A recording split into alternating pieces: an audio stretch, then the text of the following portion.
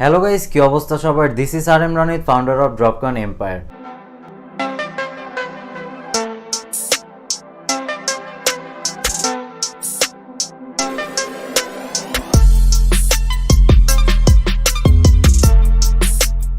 So guys, এটা আমাদের এই নতুন ইউটিউব চ্যানেলের প্রথম ভিডিও। সো এই ভিডিওটা আমি ইন্টারেস্টিং একটা টপিক আপনাদেরকে শেখাতে চাচ্ছিলাম বা এক্সপ্লেন করতে চাচ্ছিলাম। যেই টপিকটার নাম হচ্ছে বা যেই কনসেপ্টটার নাম হচ্ছে শাইনি অবজেক্ট সিনড্রোম। মেইনলি এই শাইনি অবজেক্ট সিনড্রোমটা আমাদের সবার ভেতরেই ইনিশিয়ালি থাকে। আমি জানি যে আপনার অডিয়েন্স যারা যারা এই ভিডিওটা দেখছেন, আপনাদের ভেতরেও এই কনসেপ্টটা অবশ্যই আছে। এই যে সিনড্রোমটা, শাইনি অবজেক্ট সিনড্রোম, এই জিনিসটা আপনাদের ভেতরে অবশ্যই আছে। বাট আমাদের ভেতরে থাকা সত্ত্বেও আমরা কিন্তু জানি না যে এই জিনিসটা আমাদের ভেতর থাকা সত্ত্বেও আমরা জানি না যে এরকম ওই জিনিসটার নাম হচ্ছে শাইনি অবজেক্ট সিনড্রোম। মানে বুঝতে পারছেন, আমাদের ভেতরে এটা আছে, আমরা প্রতিনিয়ত এই জিনিসটা ফেস করি, বাট আমরা এটা নামটা জানি না, এই কনসেপ্টটার ব্যাপারেই জানি না, বাট স্টিল এটা আমাদের ভেতরে আছে।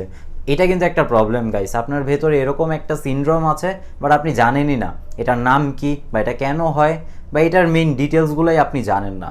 সো এই জিনিসগুলো আজকে এক্সপ্লেন করার জন্যই মেইনলি আমি এই ভিডিওটা বানাচ্ছি। সো শাইনি অবজেক্ট সিনড্রোম, এটার ডেফিনেশনটা দিয়ে হচ্ছে আমি আজকের এক্সপ্লেনেশনটা শুরু করব। ডেফিনেশনটা আমার বোর্ডে লেখা আছে, বাট আপনারা যদি বোর্ডে ক্লিয়ারলি দেখতে না পারেন, আমি স্ক্রিনে এখানে দিয়ে দিব টোটাল ডেফিনেশনটা। আপনারা এখান থেকে জাস্ট ডেফিনেশনটা দেখে নিতে পারেন। আর বোর্ডের থেকে দেখে আমি মেইনলি আপনাদেরকে বলছি যে এখানে আসলে ডেফিনেশনটা ইংলিশে কি লেখা আছে। Mainly shiny object syndrome is the situation where people focus all attention on something that is new, current or trendy, yet drop this as soon as something new takes its place. এখন যারা English বুঝতে পারেন তারা definition, এটা আমি বোর্ডে মুখে পড়ে শুনিয়েছি আর এখানে লেখাও আছে ডেফিনেশনটা। সো এতটুকু পড়ে আপনারা বুঝে গিয়েছেন যে আসলে শাইনি অবজেক্ট সিনড্রোমটা কি। বাট যারা বুঝতে পারেন নাই তাদের জন্য আমি বাংলা জিনিসটা একটু এক্সপ্লেন করে দিই, আর একটু ভেঙে এক্সপ্লেন করে দিচ্ছি মেইনলি আমি। এরপর আমি ড্রয়িং করেও বুঝিয়ে দিব আপনাদেরকে যে এই সিনড্রোমটা মেইনলি কী।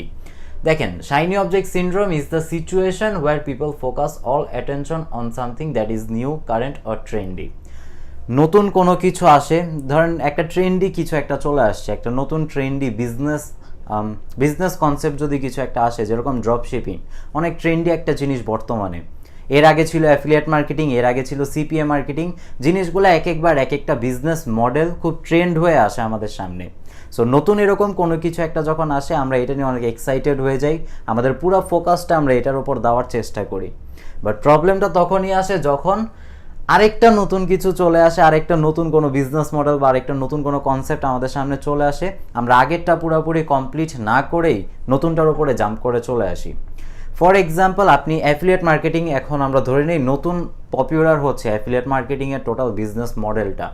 আমরা যেটা করব যে সবাই অ্যাফিলিয়েট মার্কেটিংয়ে জাম্প করব, সবাই একসাথে অ্যাফিলিয়েট মার্কেটার হওয়ার চেষ্টা করব, অ্যাফিলিয়েট মার্কেটিং করার চেষ্টা করব। বাট হঠাৎ 2 বছর পরে আমরা দেখলাম যে ড্রপ শিপিং নতুন করে ট্রেন্ডে আসা শুরু হয়েছে, সবাই ড্রপ শিপিং করছে। এখন আমি অ্যাফিলিয়েট মার্কেটারই ঠিকভাবে হই নাই, অ্যাফিলিয়েট মার্কেটিংয়ের নলেজই গেইন করি নাই। অ্যাফিলিয়েট মার্কেটিংয়ে 1-2 হাজার ডলার স্পেন্ড করে মেইনলি ড্রপ শিপিং আবার জাম্প করে চলে আসছি, অ্যাফিলিয়েট মার্কেটিংয়ের ব্যাপারে ভুলে গিয়েছি। এই যে একটা কমপ্লিট না করে আরেকটার ওপর জাম্প করা, নতুন একটার পর একটা জিনিসে জাম্প করা, এই টোটাল ব্যাপারটা কি, এই টোটাল কনসেপ্টটাকে বলে হচ্ছে shiny object syndrome, right? So I guess আপনারা বুঝে গেছেন শাইনি অবজেক্ট সিনড্রোম কি। তারপরে যদি আপনাদের কোনো ডাউট থাকে নিচে আমাকে কমেন্টে জানাতে পারেন, আমি চেষ্টা করবো আপনাদেরকে রিপ্লাই দিয়ে সেখানে এক্সপ্লেন করে দেওয়ার। এখন জিনিসটা যদি আমি আরেকটু ভেঙে বোঝাই আপনাদেরকে, ফর এক্সাম্পল, এখন আপনারা ডিজিটাল মার্কেটিং আমাদের কোর্সে যারা শিখছেন, তারা এখানে আমি ধরে নিই এই বক্সে হচ্ছে ডিজিটাল মার্কেটিং, এটা আমাদের ডিজিটাল মার্কেটিংয়ের কোর্স, ডিজিটাল মার্কেটিংয়ের অ্যাডভান্স কোর্স এটা। তো আমি এখানে লিখে দিচ্ছি DMA, ডিজিটাল মার্কেটিং অ্যাডভান্স আর কোর্স, DMAC দিয়ে আমি হচ্ছে ডিজিটাল মার্কেটিং অ্যাডভান্স কোর্সটার ব্যাপারে বলছি। এটা হচ্ছে আমাদের প্রোডাক্ট বা এই কোর্সের ভেতরে আপনারা এখন আছেন। এখন এইটা শিখতে শিখতে আপনি দেখছেন যে এদিকে গ্রাফিক্স ডিজাইনার যারা আছে তাদের গ্রাফিক্স ডিজাইনিংয়ের কিছু প্রজেক্ট, ভালো ভালো কিছু প্রজেক্ট চলে আসছে, বা গ্রাফিক্স ডিজাইনিংয়ের ভেতরে নতুন এরকম কোনো একটা কনসেপ্ট আসছে যেটা দিয়ে মানুষ হচ্ছে 5,000-10,000 ডলার পার মান্থ ইনকাম করছে।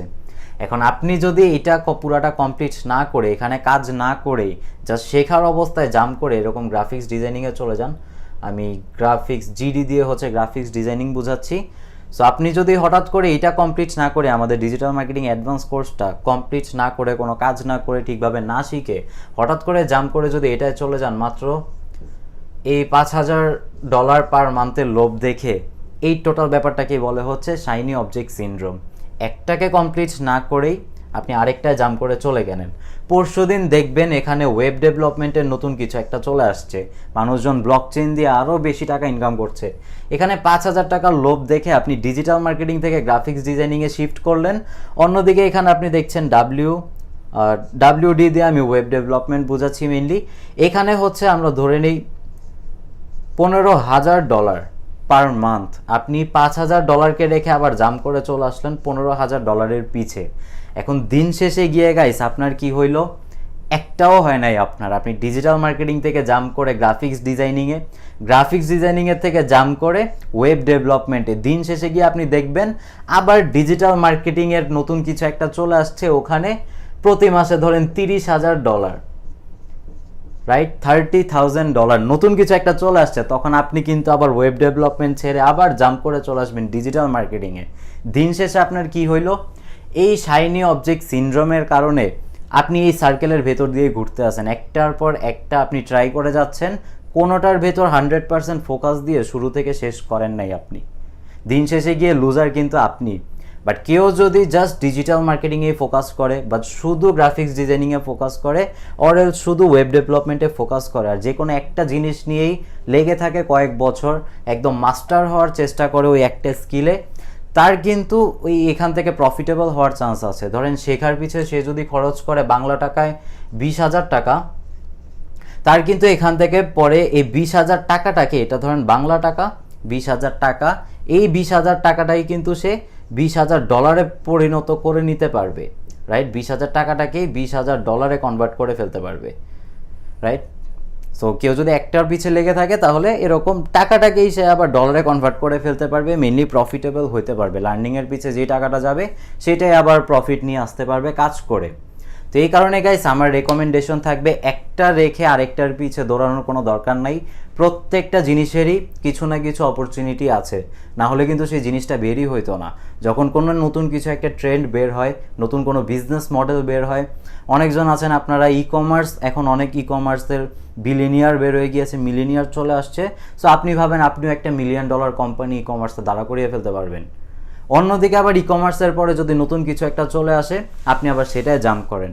এগুলা না করে গাইস আমার রেকমেন্ডেশন থাকবে, আমার সাজেশন থাকবে, বা আমার অ্যাডভাইস থাকবে, রিকোয়েস্ট থাকবে আপনাদের প্রতি, যে কোনো একটা জিনিস ধরেন সেটাকে শেষ পর্যন্ত আপনি কন্টিনিউ করেন, সেটা শেষটা না দেখে, মাস্টার না হয়ে ওইটাকে আপনি ছাইড়েন না। সো এই ভিডিওটার জন্য গাইস এতটুকুই। আই হোপ আপনাদের শাইনি অবজেক্ট সিনড্রোমের ওভারঅল আইডিয়াটা ক্লিয়ার, কনসেপ্টটা ক্লিয়ার। নেক্সট আপনারা কী নিয়ে ভিডিও দেখতে চাচ্ছেন আমাকে নিচে কমেন্টে জানাতে পারেন, আমি আপনাদের জন্য ওই টপিকেই ভিডিও বানিয়ে দিব।